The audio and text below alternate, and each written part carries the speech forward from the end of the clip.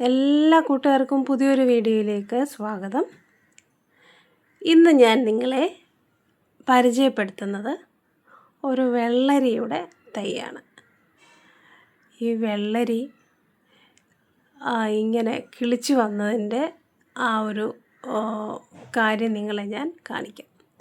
ഈ വെള്ളരിയിൽ കായൊക്കെ പിടിച്ച് തുടങ്ങിയിട്ടുണ്ട് കേട്ടോ. 2-3 കായൊക്കെ പിടിച്ചിട്ടുണ്ട്. ഇതിൽ എനിക്ക് തോന്നുന്നു ഇതാണ് ഏറ്റവും നല്ലതായിട്ട് പിടിക്കുന്ന കായെന്ന് എനിക്ക് തോന്നുന്നു. കാരണം അതിനല്പം വലിപ്പം കൂടുതലുണ്ട്. മറ്റുള്ളതിനേക്കാളും അല്പം വലിപ്പം കൂടുതൽ ആ കായ്ക്കാണ്.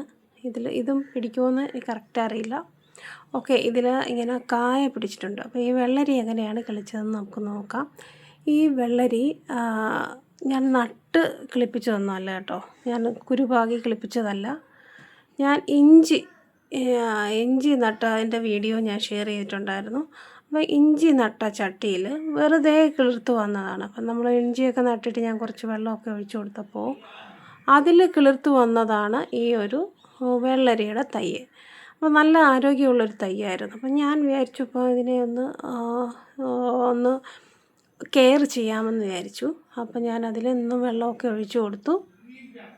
പിന്നെ അത് ഈ ഒരു പ്ലാസ്റ്റിക്കിൻ്റെ ഒരു കയർ കെട്ടിക്കൊടുത്തു. അപ്പം ഈ ബെഡ്റൂമിൻ്റെ ബാക്ക് സൈഡാണ്. അപ്പം അവിടെ നമുക്ക് ഇങ്ങനെ വലിയ രീതിയിലൊന്നും പന്തലിടാനൊന്നും ഉള്ള സ്ഥലമൊന്നുമില്ല. അപ്പോൾ ഞാൻ എന്ത് ചെയ്തു, 1-2 പ്ലാസ്റ്റിക്കിൻ്റെ കയറെടുത്തിട്ട് അങ്ങനെ ആ ഒരു പിന്നെ ആണിയൊക്കെ അവിടെ അടിച്ചു വെച്ചിട്ടുള്ളതിലൂടെ ഒന്ന് കെട്ടി ഒന്ന് കൊടുത്തു. എന്നിട്ട് ഇതിനെ ഒരു പ്ലാസ്റ്റിക്കിൻ്റെ തന്നെ കയറുപയോഗിച്ച് പിന്നെ മുകളിലോട്ട് പടർത്തി കൊടുത്തു. അപ്പം ഇതിൽ ഞാൻ വെള്ളവും വളവും ഒക്കെ കൊടുക്കുന്നുണ്ടായിരുന്നു. പിന്നെ നല്ല ആരോഗ്യത്തോടെ അപ്പോൾ അത് കിളിച്ചു വരികയാണ്. അപ്പം ഞാനിങ്ങനെ നോക്കിക്കേ, അതിൽ നമ്മൾ നേരത്തെ കണ്ട ആ വലിയ കായ ഉണ്ടല്ലോ, ആ വലിയ കായ ഇത്രയായിട്ടുണ്ട്. അപ്പോൾ ഇത് പറിക്കാറായി എന്നാണ് എൻ്റെ ഒരു തോന്നലല്ലേ. മഞ്ഞ കളർ വ്യാപിച്ചിട്ടുണ്ട്. സാധാരണ നമ്മൾ ഈ മാർക്കറ്റിൽ നിന്ന് വാങ്ങുന്ന വെള്ളരിയുടെ തൈ പിന്നെ കുരു വീണ് കിളിർച്ചതാണത്. അപ്പം ഇതിൽ ഇത്രയും നല്ല ഒരു കായ കിട്ടി. എന്തുകൊണ്ടും ഒരു സന്തോഷമാണല്ലേ.